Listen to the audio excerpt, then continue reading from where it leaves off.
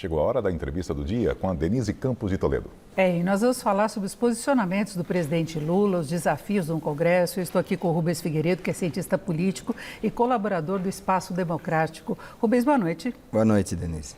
Bom, nós estamos falando de posicionamentos aí do presidente Lula, porque tem chamado muita atenção ele ter algumas posições mais petistas do que nos mandatos anteriores, não é? Se imaginava uma posição mais conciliadora agora, até porque você tem uma polarização maior no Congresso, mas ele tem pedido revisão da privatização da Eletrobras, até deixando o STF meio numa saia justa, porque foi uma coisa decidida, né? Uma mudança na legislação, a questão também de mudanças no marco do saneamento, a briga e as críticas à autonomia do Banco Central, e a gente percebe também um problema de articulação política. Então tem as duas coisas, tem essas posições que talvez levem a uma rejeição maior de determinadas propostas no Congresso, como a questão do saneamento, mas problemas também de articulação, né, Rubens? Sem dúvida.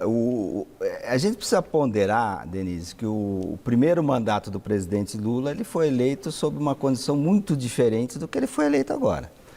Olha que interessante, se a gente pegar a rejeição do Lula e pegar o número de votos que o Lula teve no segundo turno, a rejeição dele seriam 69 milhões de brasileiros e ele teve mais ou menos 60 milhões de votos no segundo turno. Então, hoje, no Brasil, tem mais gente rejeitando o presidente Lula do que gente que votou no presidente Lula. Isso é um aspecto totalmente diferente que contrasta muito com aquilo que aconteceu no primeiro mandato de Lula. Depois ele tem a oposição. O Lula, nos primeiros dois mandatos, não tinha oposição. Ele quase foi aplaudido pelo PSDB quando foi eleito. A gente lembra... porque ele deu sequência, inclusive, à política econômica. A política econômica do presidente Fernando Henrique. Então, hoje ele tem... Primeiro que ele tem um líder oposicionista, carismático, que é o Bolsonaro. E depois, os eleitores que rejeitam Lula são eleitores com grande capacidade de vocalização. Eles estão na classe média, ganham de 5, 10 salários mínimos, estão concentrados nos grandes centros urbanos, enquanto o apoiador de Lula é basicamente as pessoas que moram nas cidades do Nordeste, principalmente nas cidades pequenas. Então, é um contexto totalmente diferente. Então, mas ele não deveria tentar cativar esse eleitorado? Eu não tenho dúvida disso. E ele está retrocedendo aquilo que ele fez de mais petista no primeiro mandato, num contexto totalmente adverso, hostil. Quer dizer, hoje o Congresso Nacional não vai embarcar no aumento da estatização. O marco do saneamento foi de 136, se não me engano, a 290 contra. Quer dizer, a base do governo contabilizada seria aí 220, 222 deputados. E teve 136 votos. Não é nem só oposição política, é uma questão mesmo de convicção, defender uma política econômica liberal, a privatização. Exatamente. Essa é a linha de administração. E o Lula parece vir com uma ideia de retrocesso. Quer dizer, a ideia, por exemplo, de você revogar ou mitigar a reforma trabalhista é você tentar engessar o sistema produtivo no momento que o mundo está fazendo exatamente o contrário. Estatizar o marco de saneamento também. E teve uma vitória, uma derrota cachapante. O governo, aliás, poucas vezes vista, né? Porque o governo que entra, um governo que está iniciando seu mandato, normalmente tem uma boa vontade do Congresso e da opinião pública, coisa que não está acontecendo com ele. E agora o governo já começou com uma polarização muito grande, com os atos de 8 de janeiro, então já era uma situação mais difícil. Agora, hoje, o governo começou a ter reuniões com líderes partidários, aqueles que integram o governo, que vão ter que garantir votos. É o caso do União Brasil, o governo Lula está disposto a liberar emendas, inclusive o que sobrou do orçamento secreto, não esclareceu muito como isso vai ser feito, mas tem essa conversa, pode haver mais distribuição de cargos. Você vê uma configuração política do Congresso também diferente nesse aspecto da forma que pode haver uma negociação? Então, a sociedade escolheu mais o lado do liberalismo, o lado de centro-direita, do que o lado da esquerda. O PT teve aí 68 deputados eleitos, se eu não me engano, e o PL perto de 90 e tantos, né? Então, você tem uma sociedade que escolheu um Congresso que pensa o contrário daquilo que o presidente da República quer adotar. Esse é um ponto. Depois você tem uma série grande de partidos, entre 30 e 40 deputados, e é sempre uma articulação mais complicada. No governo Fernando Henrique, para citar novamente, você tinha 3 ou 4 partidos que decidiam. Era o PMDB, o PSDB, PFL, PTB por ali, e já decidia. Então era muito mais fácil. Hoje é muito mais complexo. E o presidente Lula, quando tinha uma aprovação muito grande, ele atraía as forças políticas.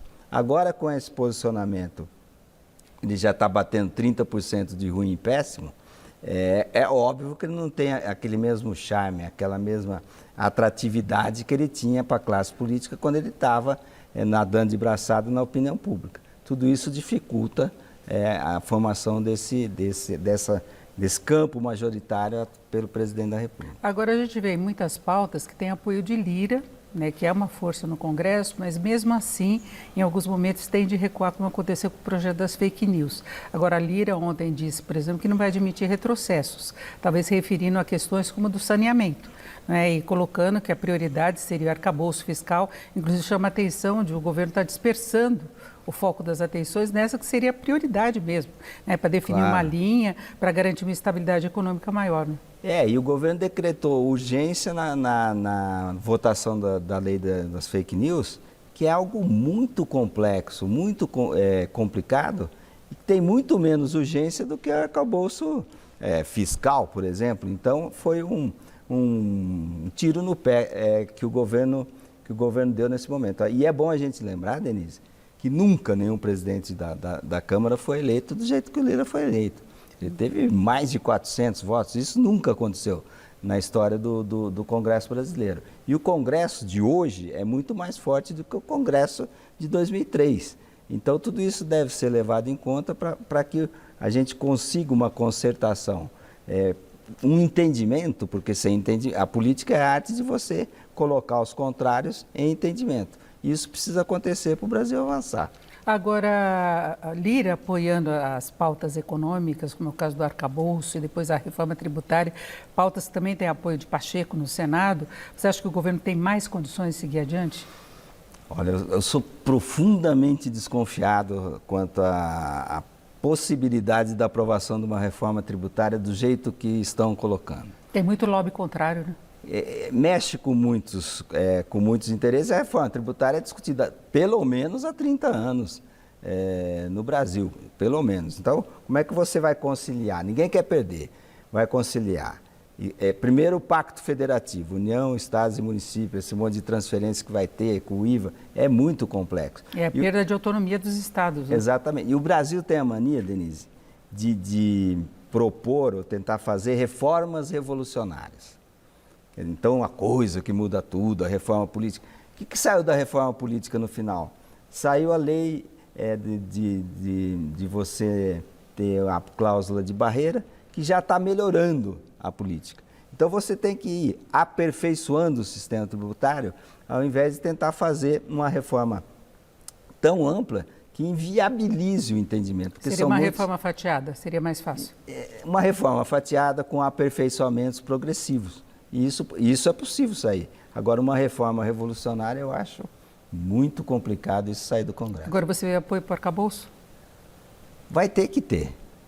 Isso é consenso, né? Que tem que ter alguma coisa nesse vai sentido. ter que ter. Eu não sei se vai ser esse arcabouço que permite um gasto público acima do crescimento da inflação. Não sei se vai ser por aí ou vai ser reduzido o percentual disso. É uma oportunidade de eles apertarem mais o governo. É uma oportunidade de apertar mais o governo e conseguir aquilo que os deputados sempre querem, que são mais emendas e mais poder para ter voto. Agora, a Lira, que tem até o blocão, você acha que ele está, de fato, apoiando o governo nessas pautas aí que levariam adiante o país? Eu acho que o Lira, primeiro, ele defende a Câmara Federal. É por isso que ele foi eleito com tantos votos e de forma quase unânime. E ele, óbvio que ele tem uma responsabilidade com o país. E a responsabilidade com o país é você ter que promover uma resposta do governo aos problemas que a gente tem, que seja factível. Nesse sentido, eu acho que ele está jogando do lado do Brasil. Perfeito. Para fecharmos, Zanin no STF, indicação de Lula, mais uma dor de cabeça. Mas, Denise, no mundo inteiro é assim, né? É lógico que não é no mundo inteiro que o presidente escolhe o advogado pessoal, né, dele. Isso certamente é um exagero. Mas você tem no mundo inteiro a questão tem que ser honrado e notório do saber jurídico. Isso é uma coisa muito fluida e é óbvio que é um exagero do presidente da República querer colocar no Supremo um advogado pessoal dele. É isso, eu agradeço muito a participação do cientista político Rubens Figueiredo, que é colaborador do Espaço Democrático. Rubens, obrigado, uma boa noite. Eu que agradeço, boa noite.